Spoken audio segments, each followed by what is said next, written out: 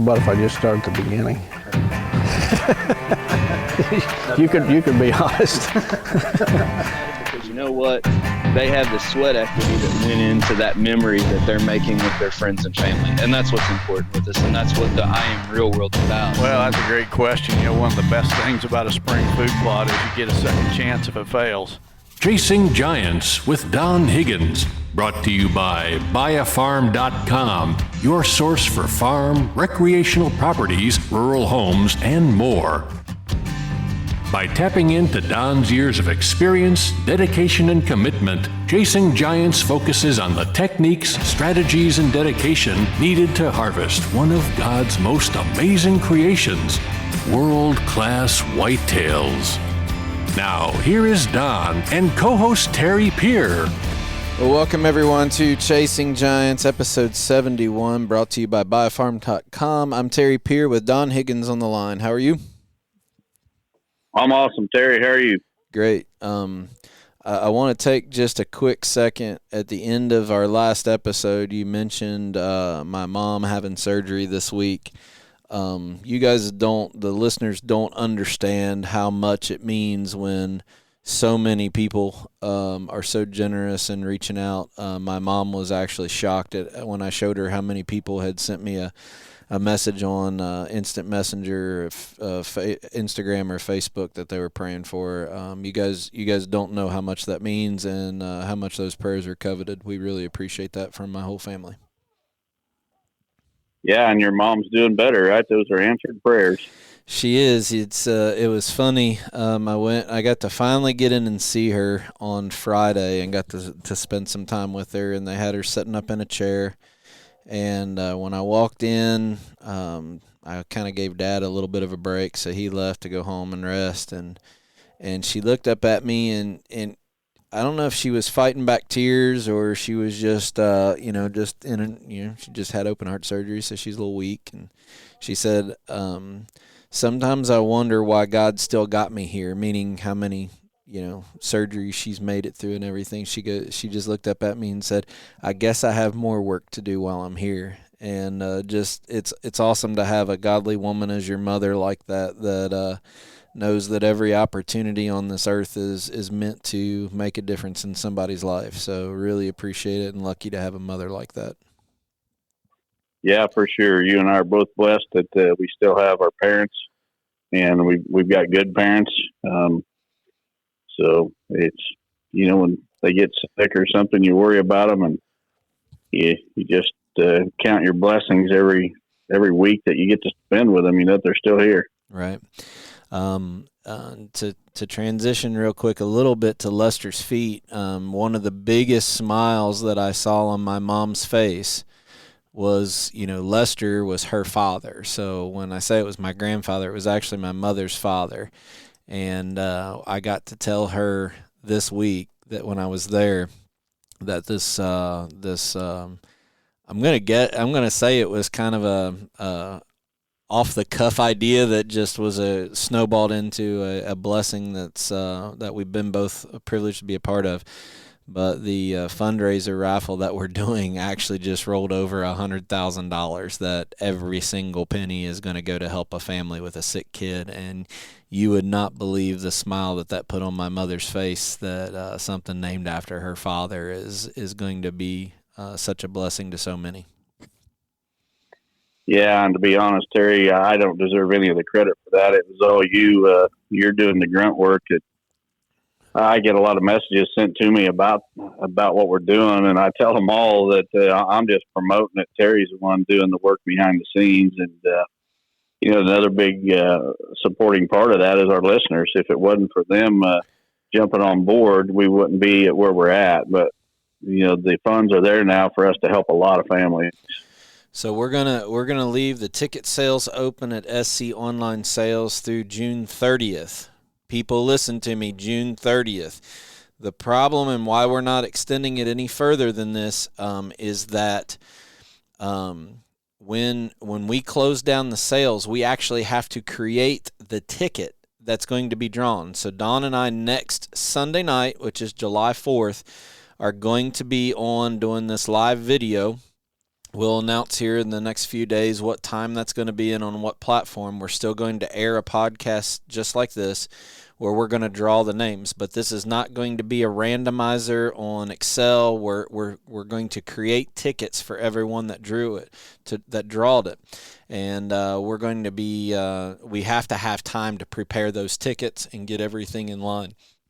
So my family's going to travel up to Illinois next weekend, and I'm really excited to announce the names not only of the people who won these donated prizes from all the people who contributed, but to see what new friend is going to be hunting with Don and I on our home properties this coming year.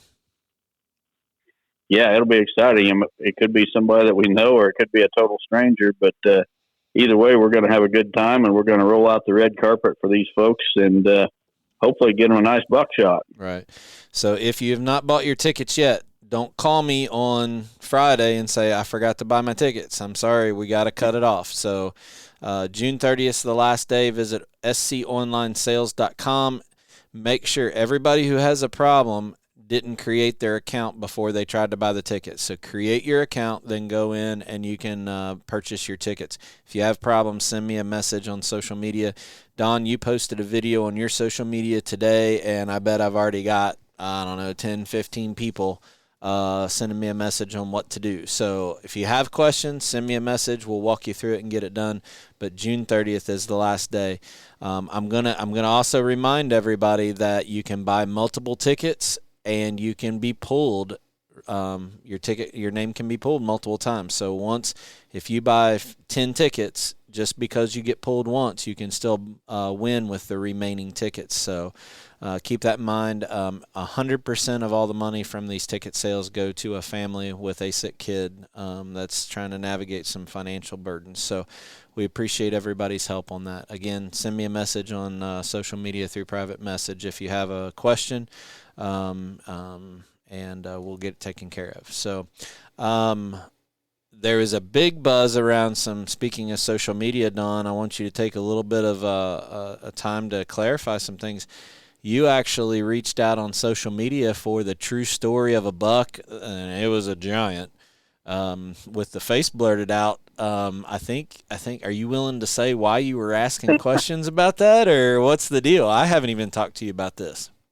Yeah, you don't even know the story, and I'm going to leave the names out to protect the innocent and the guilty. Is that the same as saying there's always three sides to every story, the innocent and the guilty? Well, there may be three sides to this story, but I got the proof that I'm telling the truth. So, all right, let's hear it. So I was contacted by a client who's interested in looking at a property, and he wanted me to represent him as his real estate agent. The property in question was actually listed by another agent from another company. And so me and the other agent are going back and forth through a series of emails about the property.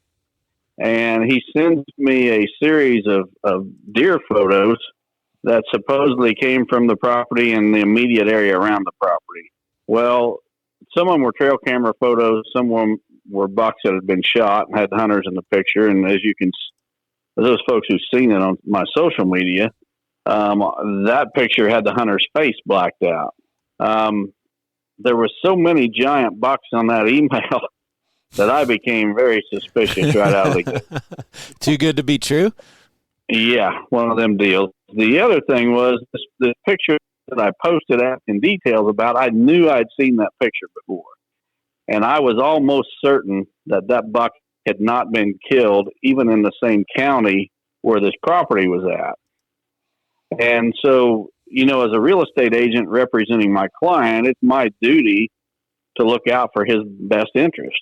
And he's getting ready to make a decision on whether he wants to buy this property or not, or put in an offer at the very least. And he's being fed these pictures, which I suspect are bogus. They're not even from that area. And that is the reason I posted that picture. And if you would have given that detail up at the very beginning, it would have ruined what you were trying to do for this person that was looking to buy the property, though. So you had to kind of be vague with the request that you were given. Yeah, absolutely. And, well, to make a long story short, I posted that late one evening, and I get up the next morning. I've got all these messages, and to make a long story short, before lunch the next day, I spoke to the hunter who shot the buck, the guy who took the picture, and the taxidermist that mounted the buck. And all three of those gave me the same story. Where the buck was shot 2 hours from where this real estate agent was, from where the property that we was talking about. Wow. And so, now my client, he's looking at this property, and this information has been put out there, and he doesn't know now if he can believe any of it. Right. Because we know this buck picture is phony. How many Well, of the there other was ones? There was at least two other trail camera photos of bucks that were well over 200 inches that supposedly came, right there. Oh my. And so it made for kind of a sticky situation that we still haven't totally navigated through yet. But that was the reason for me posting that picture. I was actually trying to get the facts as I looked out for my client. And that's just because in the back of your mind, at some point, you probably remembered seeing that picture somewhere, and it just wasn't adding up about where it was. That's exactly right. I remembered that big deer. I mean, there's a lot of us that, we see a giant buck, and it's etched in our minds almost forever. And I knew for certain I'd seen that picture before. I didn't remember the details, but I did not remember it being killed in the county where this property was at. And well, and here's the thing that I don't understand. If you're going to be phony about something like that, why are you putting a world-class animal on there that's so unique that people would recognize, right? Exactly. And, well, to be fair, this agent, or not to be fair, but just to be brutally honest, this agent is very clear by his email correspondence back and forth that if he's a deer hunter, he's a weekend warrior at best, and I suspect he's probably not a deer hunter at all. Just by the text, not the pictures, but by the text. Gotcha. And I don't think he realized that he was sending that photo to someone that whose whole life revolves around big deer. Exactly. And that's the oldest trick in the real estate book. It doesn't happen near as much as it used to, a few years back. But when I'm representing a client, whether it's a consulting client or a real estate client or whatever, I'm going to do my best to look out for their best interest. Sure. And this is one of those weird situations that I just happened to get into that I felt it was my duty to get the facts about this buck and share them with my client. Right. Well, and it makes sense on why you were so vague with just asking for information. And, immediately when you post questions about something like that, somebody thinks that you're onto a giant, because of the type of deer that you're chasing. Good grief, you've driven to Iowa. I don't know how many times we'll get an update on that just to try to find one. So the endless pursuit that you have in chasing these, we were all curious as to why. I don't know if it happens anymore, but I remember hearing about outfitters also playing that game too, posting trail camera pictures, of bucks that they have on their property that they found on social media somewhere. So, this hunt with Lester's feet was the first time I ever divulged trail camera pictures of any buck that I wasn't holding after I killed him. And it was really hard for me because you just never know when you post your pictures out there who's going to use them for something else somewhere, Right. And I haven't had a conversation with this other real estate agent yet, but that's coming tomorrow. And, the thing of it is the buyer that I was representing was very, very interested in the property before he ever seen these pictures.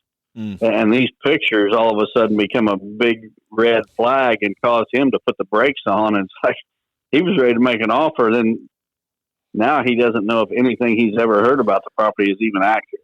And So, you'll get to sometimes the bottom backfire. of it more tomorrow, but it might not be the agent. It might be the person that's representing the property, the owner or whatever. But I'm sure you'll get to the bottom of it. But that kind of closes the case as far as what you were asking about. That's a interesting story. So I kind of mentioned it a minute ago. Did you make another trip out to Iowa?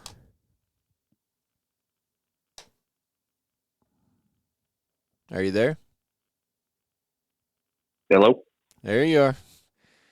Yeah, he was gone. My phone was totally blank for a while. I don't know what's happening with our connection tonight, but we'll get through it. So we teased it a little bit ago. You've made another trip out to Iowa to chase giants. What's going on out in Iowa? I think you made your 5th trip out there?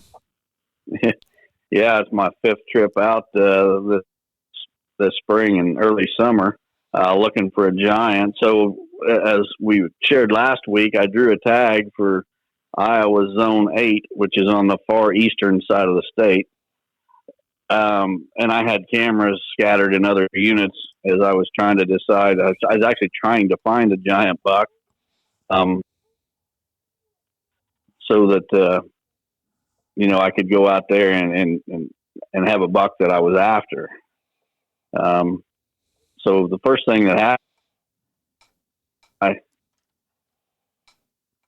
are you there? Yep, keep going.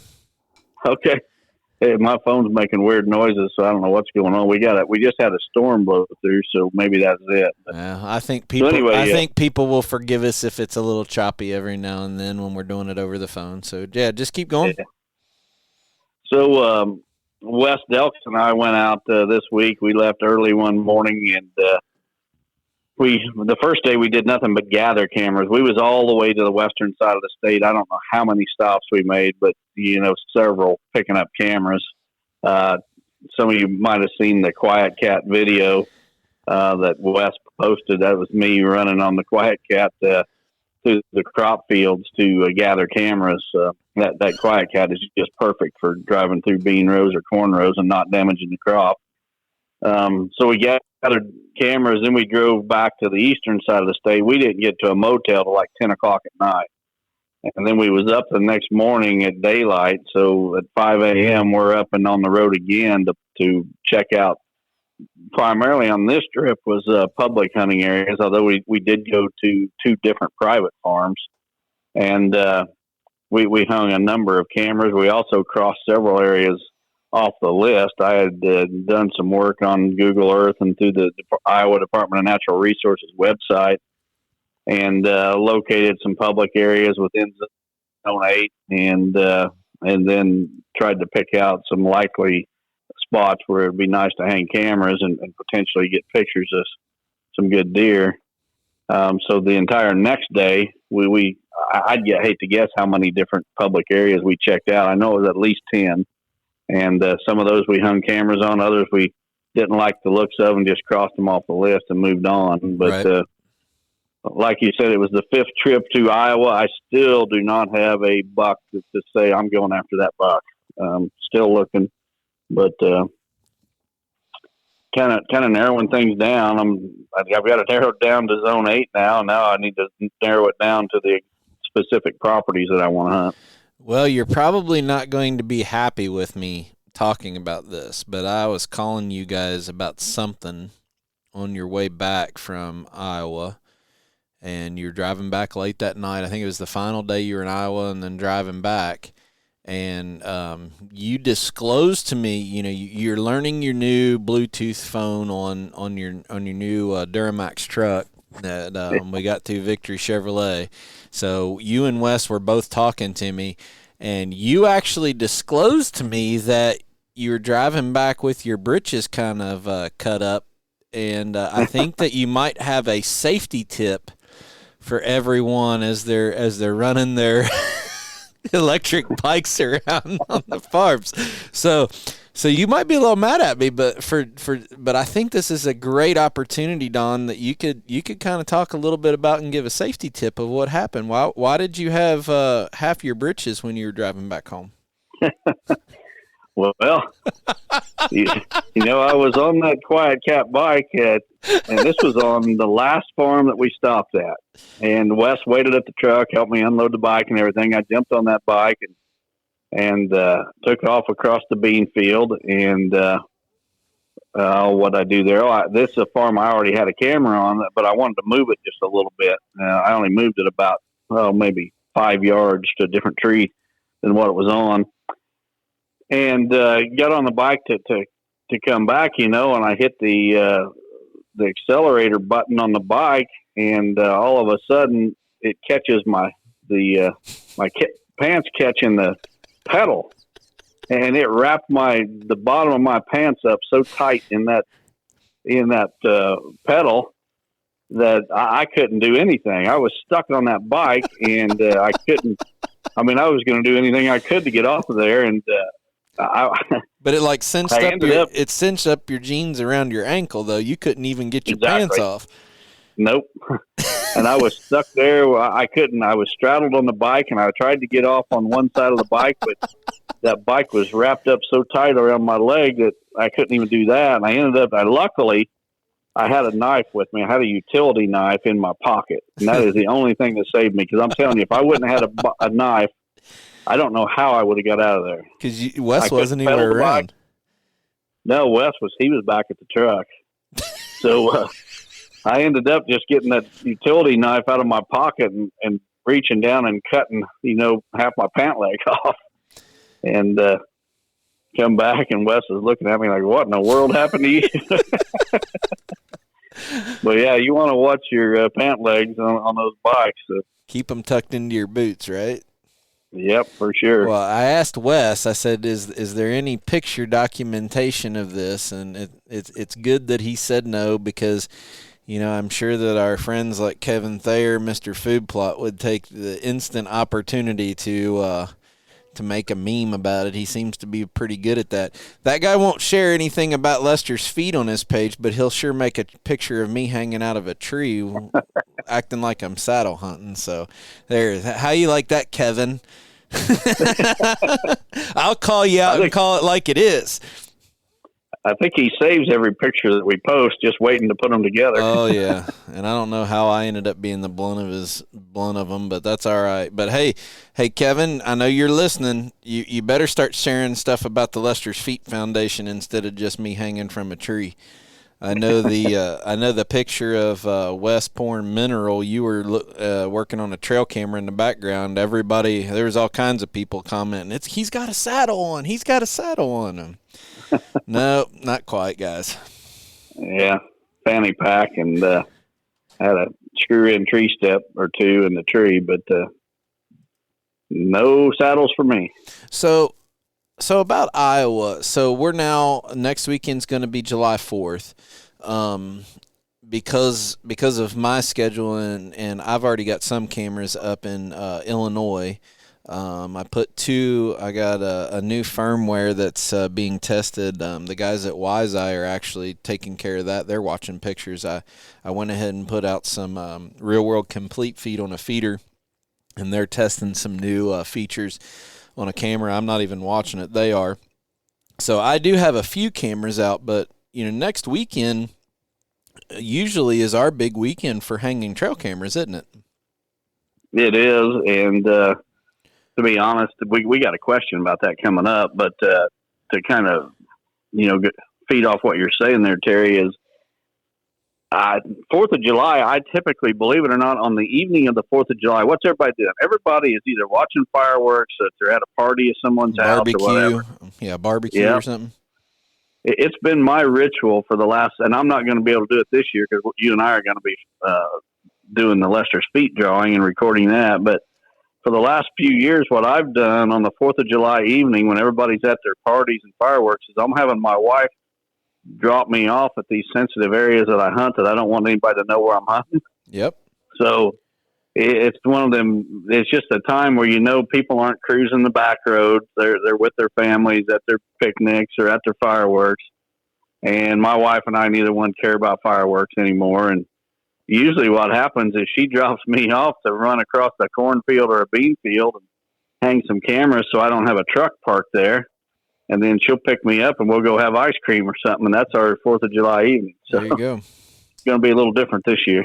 Well, you'll be hanging out with my whole family that comes up there. But what's the next step for your Iowa? Because here, look at it. There's a ton of people that put in for Iowa preference points and to be drawn. I'm one of them. I haven't been drawn yet. But you're in that spot where every other hunter, you really don't have any other leg up. You did have one property with some intel but no documentation. You're scouting public land. What's the next step? Do you have all your cameras out that you're going to have in Iowa, or do you still have to make another trip and hang some? Well, I'm going to probably make another trip, but to be honest, I put myself in a hole really compared to how I normally hunt. I mean, I usually know exactly where I'm going to be sitting in the buck I'm going to be hunting. But I'm just so stinking busy with the consulting in the wintertime. I should have spent some time in Iowa walking some ground and knocking on doors and gaining permission, looking for shed antlers this spring. But I just have been so busy with the consulting. And I mean, I did every property I possibly could, and I still have a list of probably 20 people I didn't get to that are going to be pushed off till next winter. And it really cost me on this Iowa deal. In fact, I'm almost wishing that I'd waited another year because I'm being totally honest. I don't have anything in the works in Iowa. I'm going off of the best thing that I've got going is the landowner. The one landowner, the first one that was allowed me to hunt on his farm, he's in a fantastic area, and that's been verified by a couple other folks. And there supposedly was a giant on his farm last year, and there's no trail camera pictures or anything like that, just a sighting by a family member. And that's basically the best thing that I've got to go on. This week after I got home from Iowa, I was on OnX again, all over that app, looking at different properties. And I did send out 4 letters to different landowners this past week that have properties I'd like to get on. I'm going to guess my odds. If I get permission on just one of those 4, I'm going to be very fortunate. I'll follow up those letters with a phone call, but I don't like to call and just put somebody on the spot. You know, and I may just knock on their door and say, "Hey, I'm the guy that sent you the letter. I'm just stopping in to check if it's all right if I bow hunt." But you know, right now I have no idea if I'm going to be hunting mainly public, mainly private, what buck I'm going to be hunting, or anything about it. So at least for the next couple weeks, you're just going to be watching cell camera data and what comes in, and if you get a bite on something you think has potential, then try to zero in from that. That's kind of the next phase in Iowa.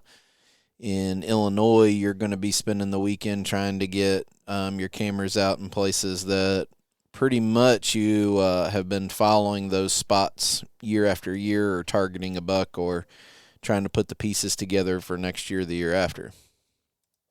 Right. Yep. So I expect to go back to Iowa here within probably 2 to 3 weeks. And before season opens October 1st, I will almost assuredly make at least 3 more trips to Iowa. Mm-hmm. So that would be 8 trips just trying to find a giant. And, you know, after that, it's kind of into God's hands. I guess if he wants me to shoot a big buck, he'll help guide me to where I need to be. Right. So the plan is to get those out here in the next week, and then you'll have your Illinois documentation starting. Talk a little bit about the weather that you guys have been experiencing. A lot of rain has come through, I think, a few states. I think Kansas had some torrential downpours and maybe some flooding. Hurt the guys that are double cropping and just put seeds in. What happened around you, and how's your food plots looking? Well, my food plots look really good. My corn has one area that the creek came out and washed it away, but I'd say 75% of my corn plot looks fantastic. My soybeans are fantastic. Our area was a little bit dry. I mean, it wasn't real dry. We'd been getting some rains, and it was about right, but maybe just a touch on the dry side. But in this past week, I know we've got over 4 inches of rain. It's raining right now. North of me, they got a good bit more. You get up around the Bloomington, Champaign areas, and they got considerably more. I mean, everything's flooded up there big time. I drove through yesterday. My client, my real estate client that I was talking about earlier, actually lives in Wisconsin, looking to purchase a property here in Illinois. And I met with him yesterday, and we walked the property. And he said in his area in Wisconsin, where his property there is at, they got 12 inches of rain in one night. Whoa.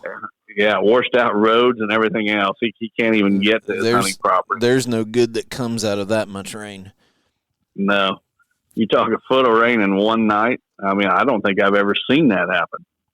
And I've seen some pretty big rains, but nothing like that. And they had been dry up until then. So that's not good either. That ground gets really, really hard, and from being dry for so long, and torrential rains come in, it just runs off the top. Right. Wow. Okay. Yep. Well, I'll be able to see my plots here coming next week, but I'm guessing that as much as they were up, I don't have to worry about flooding on that farm. As much as the beans were up, where you did the no-till with the Genesis drill on the back and the sprayer on the front, they were up a good 5, maybe 6 inches. I'm guessing that rain really helped that plot out.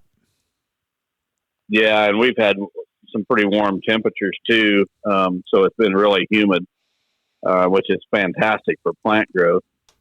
So, I think the spring plots, unless they get flooded out, I seen a picture or video today. Mike Howie, who's been a long-time customer of Real World, from Vermilion County, Illinois, and that's where I was talking about where the major rain came through. Right.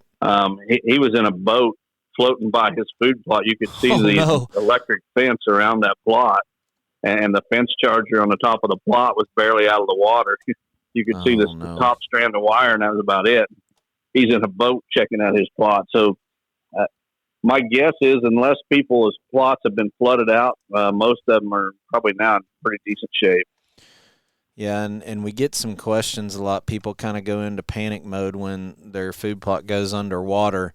If it goes underwater, and you can talk a little bit about how plants kind of need oxygen, and they worry about when they get flooded, are they going to live? And if it's under very long, a lot of times they don't survive it, don't they?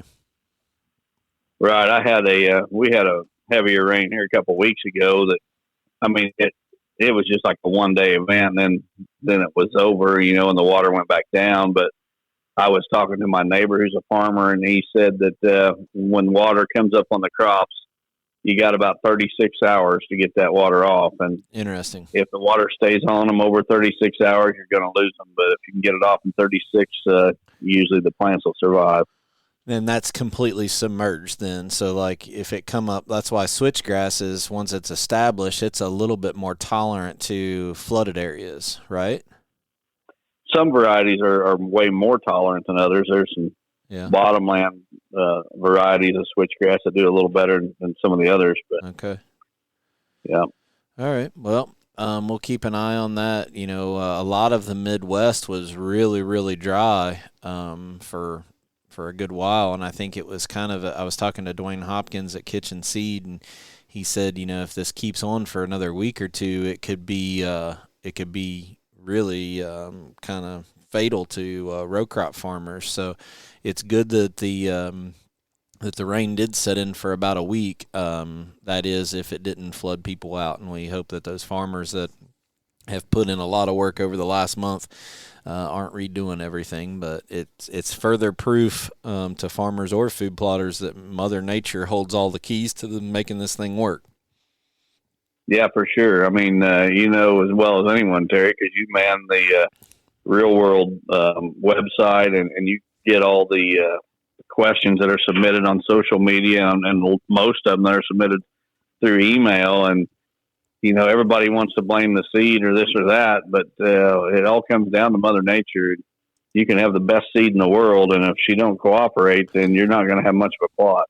But the beauty of if you do have problems, this time of year, there's always alternative that you can still make a difference in the fall. So you've been in the situation where whether it was drought conditions or something else where your spring plots just completely, fizzled out, came back. I think it was the year you shot Smoky.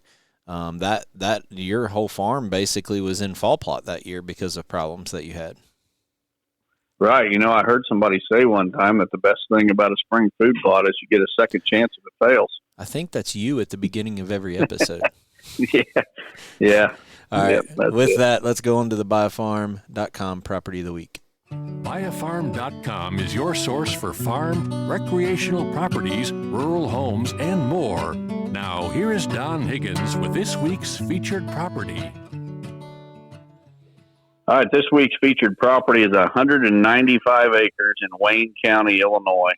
And folks, this one is a fantastic looking property. You need to go to the buyafarm.com website to see it. It's just got a lot going for it. There's 59 acres of CRP. Most of the remaining acreage is in timber. The CRP has an annual income of over $6,000 a year until 2035. So there's like 15 or 14 years of payments left. There's a unhunted nature preserve sanctuary area on the property. There's a 12-acre plus shallow water wetland for waterfowl. There's a target range on the property where shots up to 500 yards can be taken. They're showing approximately 6 miles of side-by-side compatible trails where you could ride an ATV or a side-by-side on the property. There's various food plots and, mass-producing trees and such that have been planted. There's a 2.5-acre pond, another smaller spring-fed wildlife pond. A creek comes through the property. One of the greatest things about this property is the building that's on it. There's a 32 by 40 finished Morton building on it. It's got an HVAC system that is big enough that you could add additional it's got camper hookups where you could pull your camper there and hook up the power or whatever. Very nice. You really just need to see this one if you're looking for a getaway. This and have living quarters or pull a camper, either one. There's another big feature of the property. It's just across the road from Samdale Lake State Park, which is a 194-acre lake, and it's a 1,300-acre park. So you got that recreation area right across the road. If you're interested, the agent is Don Bailey. Don's phone number is 618-919-1031, and I'm sure he'd be glad to answer any questions you might have or show you the property. Fantastic. So thank you for the folks at buyfarm.com for their support of the podcast. We hope that you guys are following them on their Facebook page. And if you're in the market for a recreational property, please visit their website, buyfarm.com, and navigate. It's real easy for you to navigate on their website what you're looking for. Before we move on to the listener-submitted questions, Don and I have been tossing this idea around the last few days. One of the best pieces of feedback that we consistently get from this podcast is how Don is committed to calling it like it is, for lack of better terms. So, whether it's we're not going to chase sponsors, we're not going to skew what our statements and opinions are, no matter what the circumstances is, for the integrity of the show and for our listeners to understand kind of an unbiased feedback.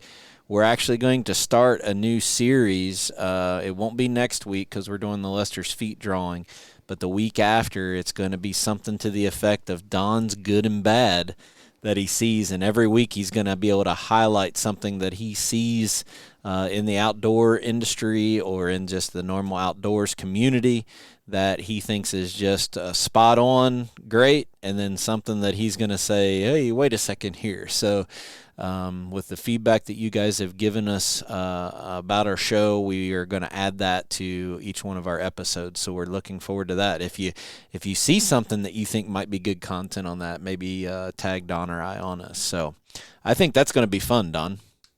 Yeah, for sure. That's spot on as far as the feedback that I've gotten, Terry. They like that we call it like it is.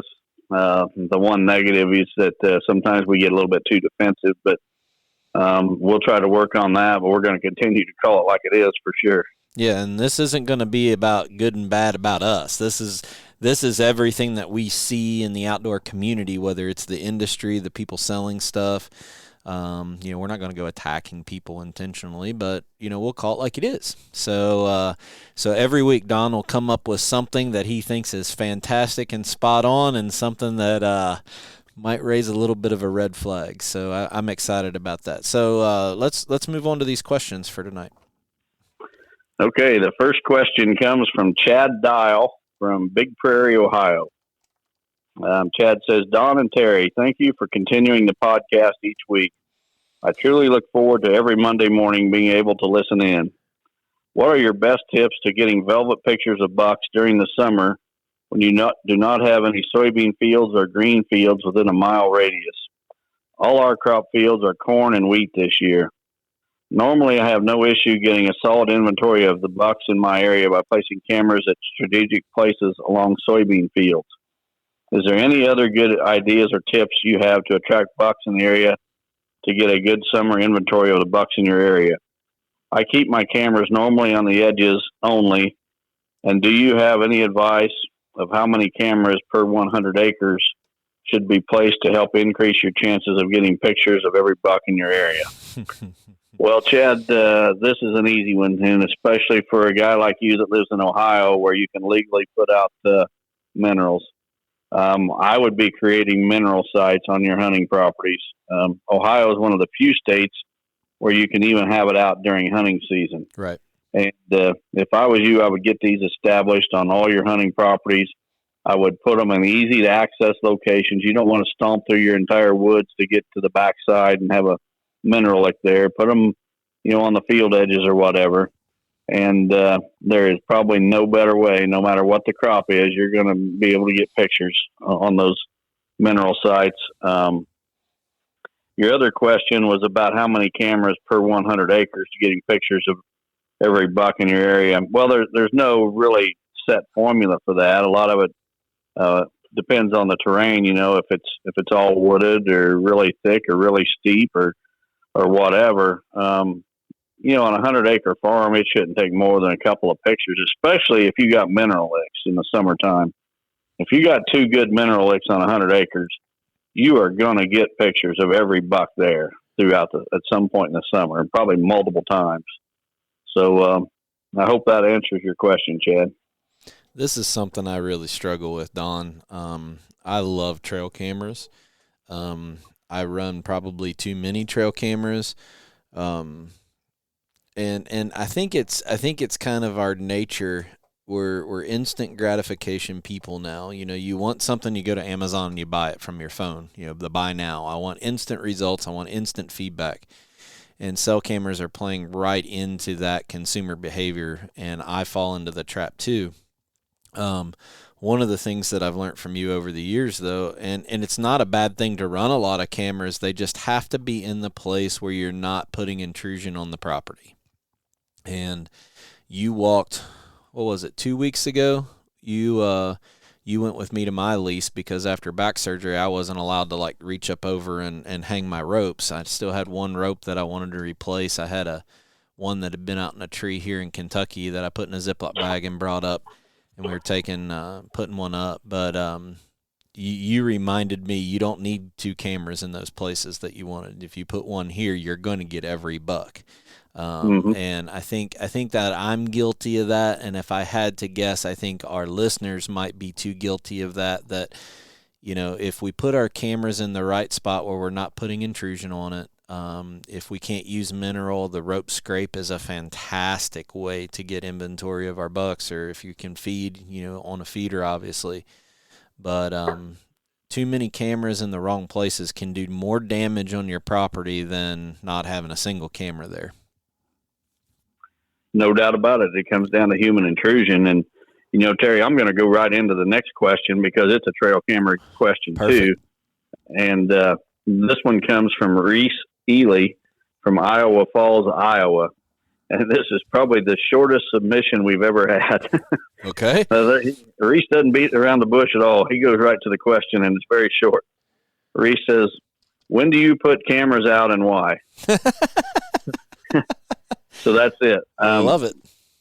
Yeah. So Reese, you probably heard that, I've been putting out these cameras in Iowa. And the reason for it that I started so early in Iowa is because I just don't have the previous year's history there. I'm starting behind the eight ball, you might say, and I'm trying to catch up for lost time. So I had those cameras out early hoping to catch a giant buck, which did not happen. Typically, in my home state of Illinois, I don't put those cameras out until the 1st of July. And there's a very good reason for that. And I want to just throw in right here that, a lot of people want to shoot the kind of bucks that I'm shooting. And I hope this doesn't come across wrong, but that they want to shoot the kind of bucks I'm shooting, but they're not willing to listen and do the things that I do. Right now, there's all kinds of deer hunters posting pictures of bucks on social media. And I don't even have my cameras out here at home yet. And the reason for it is these mature bucks, they all have different personalities. And some of those bucks, you're going to get their picture one time on a camera, and that's going to be it. You're not going to get him there again. He's going to either smell that you've been in there, or he's going to see that camera and not like it. Well, if a mature buck comes along and I only get his picture one time, I don't want to get his picture in early June where he's just out, maybe to his G2s and you have no idea how big he's going to be. And then, boom, he vacates the area because, he's onto your camera. If I only get one picture of a buck, I want it to at least be his rack is at least developed enough that I can tell what buck it is and how good he's going to be that year. And by the 1st of July, you're still not quite there, but you can get those cameras out, and then by mid-July, your scent's gone, and that buck comes along, and boom, you get his picture. Even if he vacates the area, you still got a good picture of him with his rack pretty much developed, and you got an idea what he's going to be. And every year I post something about that, and these clowns get on social media and they want to argue with me. And I'm just telling you, if you want to kill the bucks that I'm killing, listen to the advice. Don't argue with the advice. Listen to it. And putting those cameras out early is not a benefit whatsoever, in my opinion. Mm-hmm. Yeah, I mean, and going back to kind of merge that question with the previous one when we're talking about minerals, being in a state like Ohio, Kentucky is the same way where we can put minerals out. Your thing is put your cameras in an area. You've said it 1,000 times. It doesn't matter if you get a daylight picture of that buck or not. You just need to know that he's there or not. But if you're putting so much pressure on him that he leaves because you're in there checking it too much, you just hurt yourself. And time after time, I see people that are going too deep for mineral or for trail cameras and, putting too much pressure on it. You're not even – the thing that I've never understand the logic in is, people will go out and get this high salt-based mineral that's really just an attractant. Well, once it comes time that they shed their velvet anyway, the bucks aren't even hitting that very much anyway. So they're almost thinking that they're doing it as bait, putting it right underneath their tree stand. And every time they go in to fill it or check their camera, they're just burning that spot that they want to hunt later in the year. So I think you're spot on. It's less is more in this case, right? No doubt about it. I think, a lot of big bucks have been killed because of trail cameras. But I'm telling you, a lot of big bucks have been saved because of trail cameras, because of the human intrusion they bring. Or pushed somewhere else. What's that? Or pushed somewhere else and gotten killed. Yeah, exactly. When I put those cameras out the 1st of July, I'll go back and check them about a month later, about the 1st of August. And then about the 1st of September, those bucks are shedding velvet, and that's when I'm moving those cameras. So I'm moving them to like the fall rutting areas. That's when I'm really moving them to like areas where the funnel areas within the woods, for example, or scrapes, even scrapes, some of those early scrapes that get open that, every year become major scrapes. I'll move those cameras there in early September. So when I put that camera out in the summer I'm only really checking it twice on that summer area. about the 1st of August, and then again when I move it about the 1st of September. So, there's too many guys that are going out there every week to check their cameras because they just can't stand it. And all they're doing is ruining their chances to kill a good deer. Absolutely. All right. Great question. Short question, but great question. Yep, for sure. The next question comes from Justin Nice from Siegel, Illinois. And you know what? I know Justin. You met him too, Terry. He was at my master class last spring at one of those. Remember? Great guy. Yep. And Justin has a story about me that I think I made a believer out of him because he showed up at my house last year, the last day of the first gun season. It was a Sunday in November, mid-November. He showed up Sunday afternoon. He wanted to pay me in cash and get his name on the list, so he was sure to get a spot at the master course. And him and I went for a ride that evening. There being gun season, I wasn't going to be out there hunting. And we went by a spot, and I told Justin, I said, if the wind's right this week, I'm going to hunt right out there. And I pointed my finger out to a little spot, and I said, I'm probably going to kill a giant. And that was on Sunday afternoon. On Tuesday morning, the wind was right. I slipped in there and I shot the joey buck. Nice. So Justin became a real believer when he experienced that. Me pointing it out, and 2 days later shooting a buck there. But right. Justin's question is, hello guys. Don, congratulations on your Iowa tag. Okay, say it is November 1 time frame. The biggest deer you have on camera in Iowa is 130, 140 inch 4-year-old deer. What is your approach? Would you settle for something like that just to fill your tag? Great question. And absolutely not. I'm not going to settle. I can, a 130 or 40 inch buck means nothing to me anymore. I'll leave those for someone that still gets excited for them. And I don't mean that in a degrading way whatsoever. But, that Iowa tag is so coveted that I'll go through the season and not fill it at all before I'll shoot a deer like that.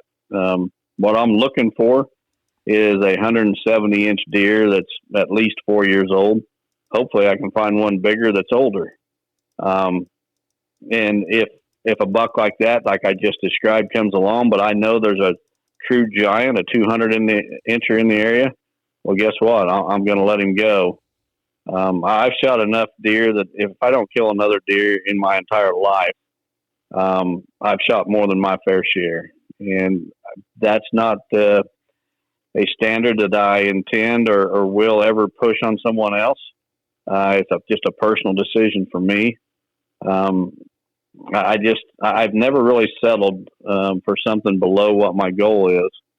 So, we'll see what happens, but you're not going to see me shooting 130 or 140 inch deer.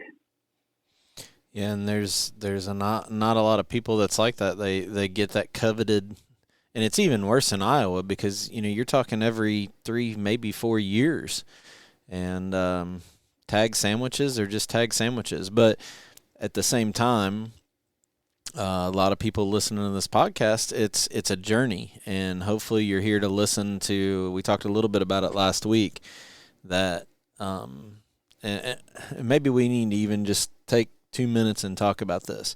I think too many people that are on this journey to try to get to the Don Higgins level. I'm one of them. I'm not at Don Higgins's level. If you focus on antler score first, I think you're going the wrong direction. You have to focus on age structure first. You have to learn how to hunt deer because they're different animals after 4 years old. They change their habits, they change their mentality, they change how they act.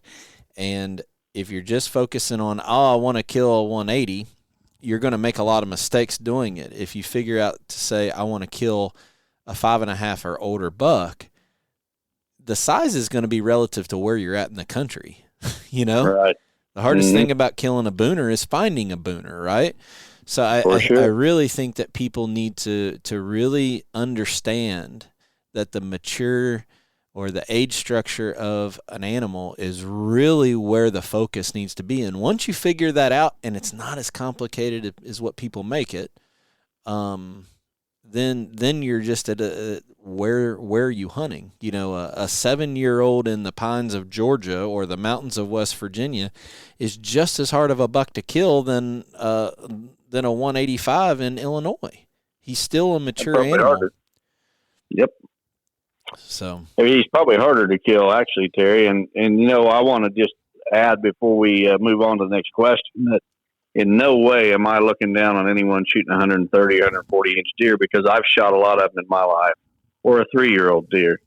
It's just that I'm probably older than most of our listeners, and I've moved past that point. And there was a time when I shot 1.5-year-old deer, and was darn proud of them when I did. But it's a journey. You take it one step at a time, and I've just passed that phase, and I'm not going backwards. So, and I'm doing it without looking down on anyone. Yep, and it's just a matter of trying to help people understand. It's once you focus on learning how to hunt and kill mature bucks, the size thing will take care of itself based on where you live. But I think that's important for people to understand. It is for sure. Just try to shoot older bucks.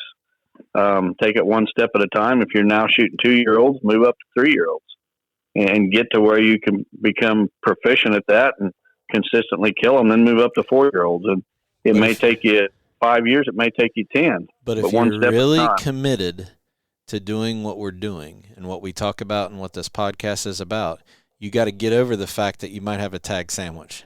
You just gotta accept that fact. I had 2 of them last year. I had 3 tags and only filled 1. I've had many, many seasons where I did not kill a single deer. Many. There's probably not very many listeners.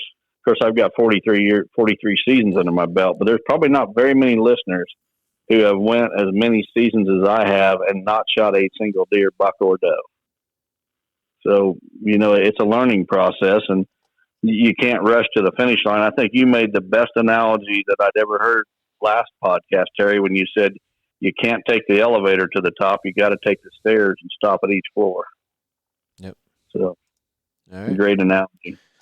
We got time for one more if you got one. I got one more. This one comes from Andrew Jones from Springfield, Illinois.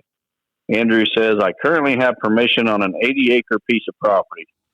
The 2 major bedding areas, which are no more than a few hundred yards from each other, consist of an oak flat with Russian olive bushes and an overgrown cow pasture with mostly old hedge trees. Do mature bucks prefer one over the other? Thanks. Appreciate all you do. Well, Andrew, both of the situations you described can be fantastic. Typically what happens is it all comes down to human intrusion. Whichever type of cover has the least human intrusion and offers the most security to a buck is the one he's going to bed in. Now, with that said, I've said many, many times, my favorite type of cover for whitetails, and especially for big bucks, is an overgrown cow pasture. It's one that's got a scattering of big trees, usually big oak trees that were left for shade for the cows. It was nothing but grasses at one time under those big oak trees, and the cows have been moved off years ago, and nature has kind of tried to reclaim it with briars and saplings and weeds and such. And that is by far my favorite type of habitat. I go out of my way to find places like that, because if you do, that's the type of stuff that deer and especially big bucks like. And I don't know what it is, but there's something about that grass. As long as there remains some grass on the ground, they really like it. But once the trees, and I've seen this on more than one property, those trees, saplings and such that starts coming up, they eventually shade the ground and they choke that grass out. And when that happens, the deer quit using it as much. If there's still grass, some degree of grass growing under those trees, it's fantastic cover. But to answer your question, in all honesty, in the situation you described, it's going to be the area with the least human intrusion. All right. Sounds great. So we got through 4 questions this week, Terry. 4 questions. Called out Kevin Thayer for not sharing anything about Lester's feet and just posting pictures of me hanging in a tree. I'm sure I'll hear about that. That's okay. Kevin's going to have to remember that you got a microphone every week. He might have social media. I got a microphone. He's got a meme app on his phone, so that's all right. He's been very good to us. I pick on him, but that guy drove all the way to Kentucky for a fundraiser that we did a couple years ago. So I know he's got our back. So he's a great guy, good friend. So picking works both ways. You gotta be able to dish it out and take it too. So. All right, so watch both Don and I's social media this week. We're going to be posting updates about where you're going to be able to watch and what time we're going to do the drawing for Lester's feet. And we got some creative things that we're going to do to make sure every person that bought a ticket has a chance to win the hunt on Don's farm and my farm, and then give away about 65 prizes. So we got some creative things in line. Going to be a true ticket drawing. I'm excited about that, and I'm looking forward to calling somebody on air and saying you're going to be hunting with us. That's going to be fun. So we're going to do this on Facebook Live, right, Terry? Either Facebook Live or YouTube Live, one of the two. Probably Facebook Live, I would guess. So on the Higgins Outdoors page, that seems to be the most stable live feed that lets the most people get on there. So that's probably where we'll do it. If we can get it worked out, we might do Facebook and YouTube at the same time. It just depends on how what kind of service we get where we're going to be. Okay, look forward to it. So all of the winners will be, obviously we'll call the 2 people that win the hunts on the podcast, and then it'll take me about 2-3 days to call everybody and let them know that they won. So I'm excited. This has been a lot of work, and we reached out. I thought it would have been really cool. I still give credit to a lot of this for those 2 little girls from the Ward family, Tinley and Adley, who are fighting leukemia down in western Kentucky. I still give a lot of credit for the vision of all of this happening to them. And I reached out to the mom this week, and I said, hey, what's the chance of them being up for drawing tickets? But I don't think it's going to work out this week. But to report on those girls, they are doing really good, which is a blessing and answer to prayer. That's fantastic news, and let's keep those 2 little girls in our prayers. All right. Well, sounds good. Why don't you take us out with our sponsors, okay? For sure. We want to thank BuyAFarm.com, 360 Hunting Blinds, Victory Chevrolet, WildlifeFarming.com, Quiet Cat, Matthews Archery, Lone Wolf Tree Stands, Vortex Optics, and Real World Wildlife Products. Hope you guys have a great week, and we'll see you next time and announce the winners.